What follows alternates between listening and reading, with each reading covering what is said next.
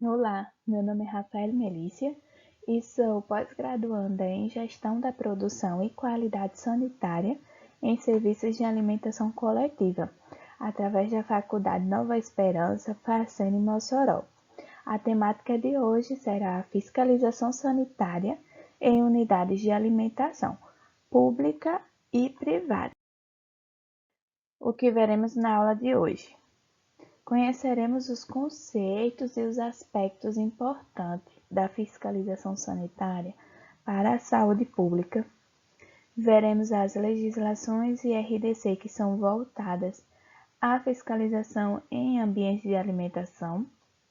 Conheceremos também os documentos obrigatórios e complementares que são solicitados ao proprietário ou ao responsável técnico durante uma visita e as ferramentas que o fiscal ele deve utilizar durante a sua inspeção. Fiscalização sanitária, né? O que é? É um conjunto de medidas já determinadas por leis governamentais que elas têm o objetivo de evitar, reduzir e eliminar possíveis problemas à saúde do consumidor quando relacionado à alimentação, seja ela coletiva ou individual. Esse controle vai desde a matéria-prima até o consumidor final, desde o campo, né, até o prato do consumidor. Segundo a Resolução 560 de 30 de agosto de 2021, uma pessoa jurídica ou empresa pode solicitar uma visita técnica, né, do fiscal com o intuito de autorização de funcionamento, né, quando ele vai abrir um novo negócio, uma nova unidade de alimentação, registro quando é lançado um novo produto no mercado, aí certificação de boas práticas, quando o proprietário ele deseja esse selo, né, ele também se pode solicitar uma visita, e inspeção sanitária. Essa inspeção ela pode ser tanto provinda do proprietário que solicitou para atualizar, né, seus registros, quanto como denúncias dos próprios consumidores. Com o alto desenvolvimento social, está surgindo no último século ainda mais a necessidade da refeição fora de casa, né? E com isso, os empreendimentos de restaurantes, lanchonetes, eles têm aumentado muito. E das muitas vezes, a grande maioria, esses estabelecimentos eles estão ilegais no mercado e não possuem um mínimo de boas práticas, né, de manipulação. Com isso, muitas das vezes, os alimentos ofertados por esses estabelecimentos eles estão contaminados, levando assim a infecções alimentares, né, após o consumo de duas ou mais pessoas, que já torna-se um surto alimentar, que são provocados por DTAs, que são as doenças transmitidas por alimentos.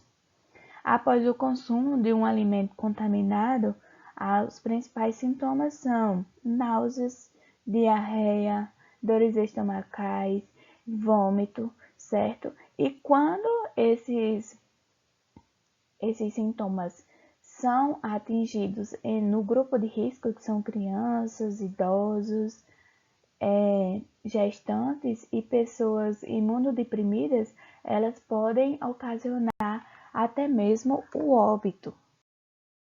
Pensando nisso, né, em combater em proteger a saúde do consumidor, uma fiscalização sanitária, ela deve seguir os princípios da Agência Nacional de Vigilância Sanitária, né, que é a Anvisa, seja em estabelecimento público ou privado.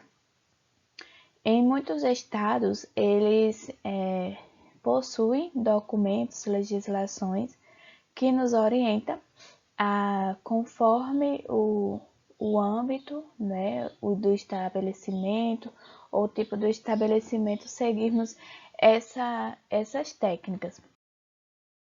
Porém, como base de qualquer fiscalização, né, temos a resolução número 216, de 15 de setembro de 2004, que ele é um regulamento técnico de boas práticas para os serviços de alimentação.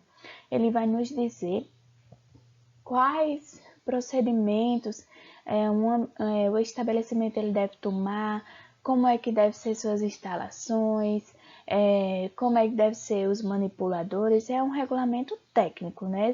Ele serve como base principal para uma inspeção sanitária.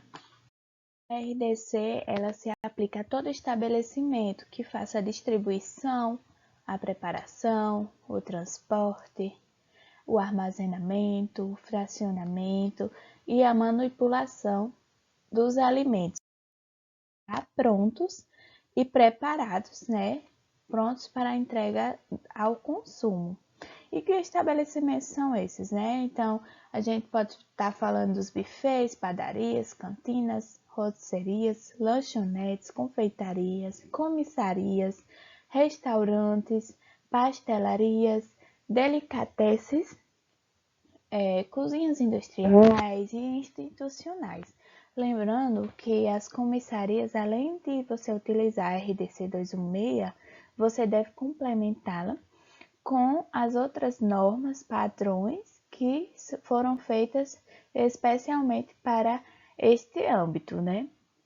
A gente deve também ressaltar que a RDC 216, ela não abrange, não cobre os bancos de leite, indústrias de alimento e cozinhas de alimentação interal e parenteral. Para isso, para esses estabelecimentos, a gente utiliza a 275 de 21 de outubro de 2012. Fora isso, tudo que for afins ou parecido, né, com os estabelecimentos citados, seus serviços parecidos com os estabelecimentos citados, ela deve seguir a 216.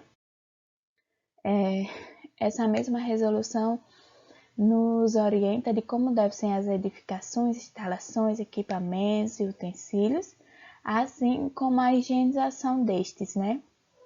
Ela nos fala sobre as cores que devem ser das paredes, do teto, do piso, devem ser cores claras, laváveis e o piso antiderrapante para evitar acidentes. Outros exemplos também são os utensílios que devem ser em quantidade suficiente, né, para a demanda do estabelecimento. Fala também sobre manutenção dos equipamentos, dos POPs, né? Ela nos orienta a o que verificar nessa parte de edificações, instalações.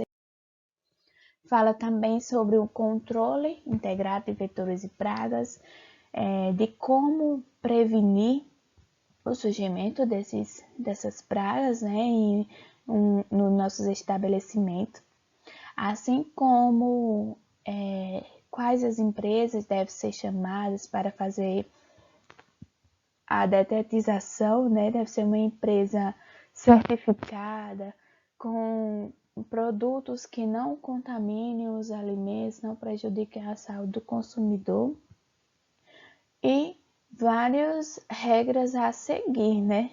Vários protocolos, tudo a fim de não contaminar, evitar a contaminação dos alimentos ofertados nos estabelecimentos.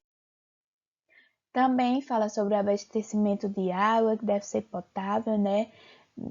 Mesmo se seja água utilizada para o cozimento ou para fazer o gelo, ela deve ser potável.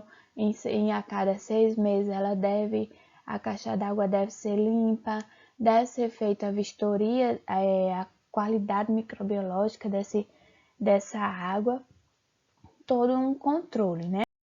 Fala também sobre o manejo de resíduos, como ele deve ser, fala sobre os pedalos desses cestos que eles não podem ser manuais, né? O manipulador não pode ter contato com esses depósitos que vão armazenar os resíduos, deve ter tampa fechada, deve ser regularmente retirado do estabelecimento, né, da área de manipulação, e assim vai. Fala também sobre os manipuladores, como eles devem se portar, né, o uso de EPIs, higiene pessoal, né, como é que devem ser as unhas bem cortadas, limpas, sem esmalte, homens sem barba, sem maquiagens, o manipulador ele não deve fumar durante a preparação do alimento, nem falar desnecessariamente, cantar, assobiar. Assim, vale para os visitantes, né? Sabemos que há uma lei que acoberta as pessoas, né? Os consumidores que querem conhecer aquele estabelecimento melhor, querem saber como é que está sendo preparado esses alimentos. Então, as mesmas regras que serão para os manipuladores também, os visitantes devem seguir. Um outro tópico, né, da resolução, ela fala sobre as matérias-primas, ingredientes e embalagens, né? Nos orienta a sempre registrar tudo o que fazemos, né? Quando for receber no recebimento uma matéria-prima, seja ela congelada ou em refrigeração, deve-se olhar a temperatura e anotar, né? Sempre fazer os registros dessas temperaturas, o horário, o dia, o fornecedor. Se abriu um ingrediente, ele deve ser fechado e etiquetado, né? Falando para onde ele será destinado, né? O tipo de alimento, de que se trata, a data, né? E a validade de que aquele produto, após aberto, ele irá ser utilizado. A resolução também abrange explicando, né, orientando as técnicas de preparação do alimento, como deve ser para o manipulador. Então, durante uma inspeção, você vai chegar em um estabelecimento e já vai observar se as atitudes do colaborador, o comportamento dele está sendo coerente com a resolução. Falamos também, a RDC também abrange o armazenamento e transporte do alimento preparado, né? Como deve ser o transporte e ao chegar no estabelecimento, como é que ele deve ser armazenado de forma segura a não contaminar esses alimentos. Tem a exposição ao consumo do alimento preparado, né? Após ser servido para os comensais, né? Como os alimentos devem estar, quais as proteções que quais as medidas de proteção que devemos seguir, né? Ela é bem completa, a RDC 216 é a nossa queridinha, porque ela abrange tudo, desde o consumidor até desde o produto até a mesa do consumidor. Tomar para si a responsabilidade deste estabelecimento, né? Tentar assinar como responsável deste estabelecimento de alimentação, estando ele conforme as boas práticas ou não. Segundo a RDC 216, tanto um proprietário quanto um funcionário designado, ele pode sim assinar como responsável daquele estabelecimento, contando que ele tenha passado por cursos, né, abrangendo cursos certificados abrangendo os seguintes tópicos: contaminantes alimentares, doenças transmitidas por alimento, manipulação higiênica dos alimentos e boas práticas. Então, se o funcionário ele teve esse curso, ele teve essas orientações, ele pode sim ser responsável técnico, né, do estabelecimento. E quais os documentos e registros que são solicitados, né, durante uma inspeção sanitária? Segundo a RDC, o Manual de Boas Práticas e Procedimentos Operacionais Padronizados, que são os POPs, são os dois principais documentos que um estabelecimento de alimentação deve ter, certo? Então, sempre que for feita uma inspeção sanitária, será solicitado esses documentos para verificação de suas atualizações, procedimentos, né? Se está tudo correto. Se o responsável pela alimentação desse registro não tiver, ele deve deixar esses documentos de fácil acesso, para que qualquer funcionário ele possa ter acesso e levar até o fiscal. O que complementa, né, o manual de boas práticas seria o controle preventivo de máquinas e equipamentos, o comprovante de limpeza da caixa d'água, executada por empresa ou pessoa física, o controle de temperatura dos alimentos e dos equipamentos, atestado de saúde ocupacional dos funcionários, o controle de recebimento dos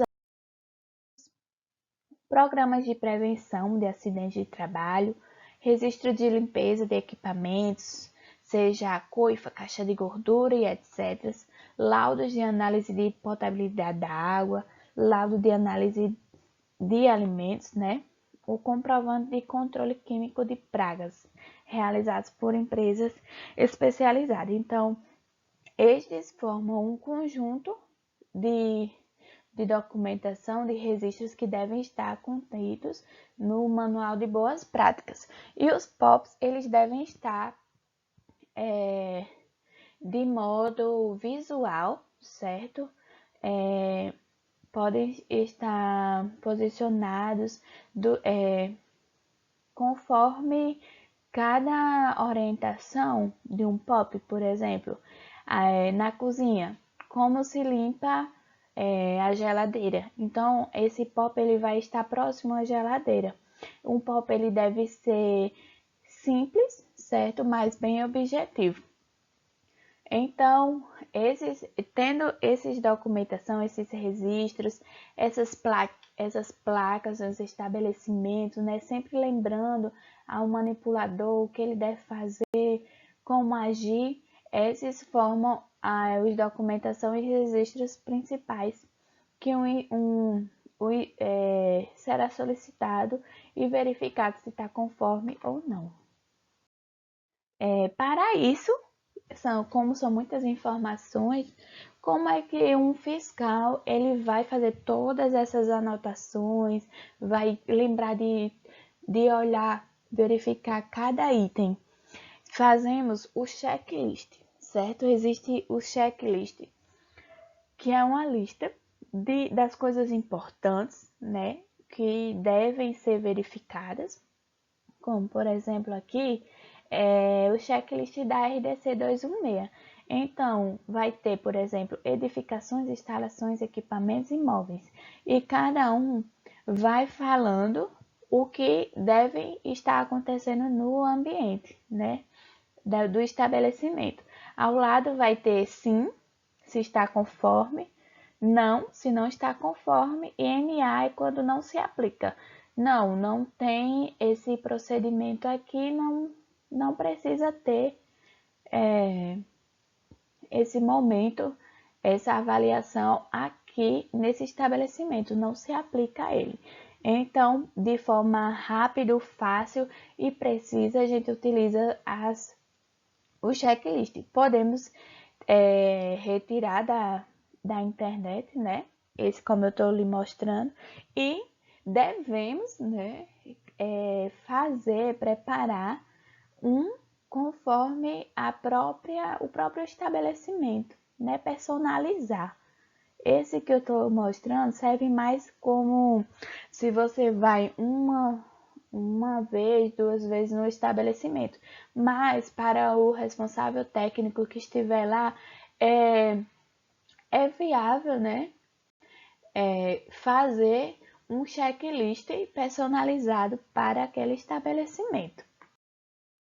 E por fim, devemos considerar que para ser um fiscal ou realizar uma fiscalização sanitária, tanto em ambientes públicos como privados, deve ter muita responsabilidade, porque além de a gente estar lidando com seres humanos, estamos lidando com recursos financeiros, com saúde da população, né? Então deve-se ter muita responsabilidade e comprometimento, né? Comprometimento com o que com o que você está fazendo, por que você está fazendo, o intuito, né? Então o comprometimento ele não pode faltar nesse momento.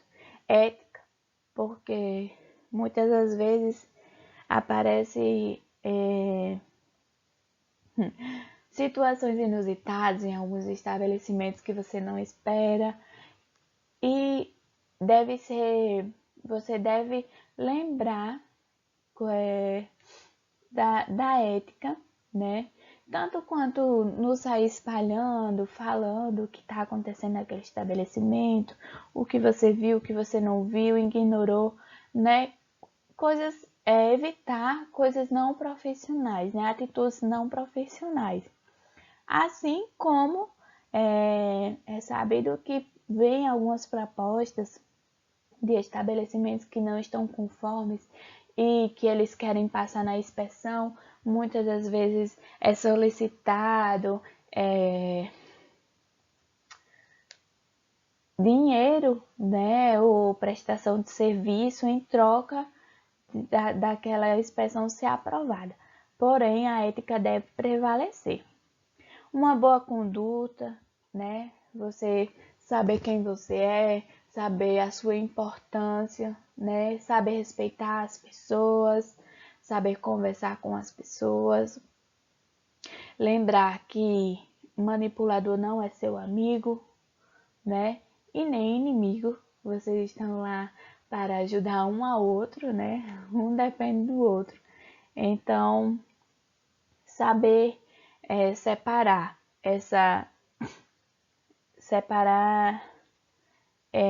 amizade de trabalho, certo?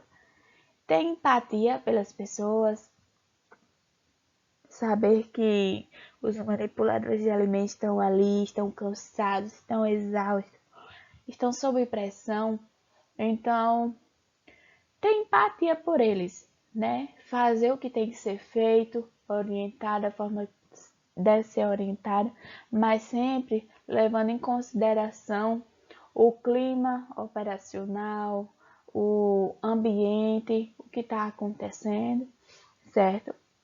O respeito, acima de tudo, né? Manipulador nem é mais acima, nem é mais abaixo do que um fiscal. Eles estão ali de lado a lado, um ajudando ao outro. Então, respeito acima de tudo, ambas as partes. E assim, juntando essas habilidades, né? Com certeza a sua inspeção, a sua visita, ela será de bom proveito, será edificante, você terá êxito, tanto fazendo seu trabalho quanto nas orientações. Você fará a diferença nestes estabelecimentos. E uma educação continuada, né? É sabido que as leis não param, as leis estão constantemente mudando, a necessidade dos ambientes, dos estabelecimentos estão constantemente sendo alteradas. Então, uma educação continuada você deve ter, estar atualizado para não ficar para trás. né? E principalmente quando se trata de leis e comprometimento com a saúde do consumidor. Aqui são as referências utilizadas, né? Que foram as legislações, portarias e resoluções. E muito obrigada!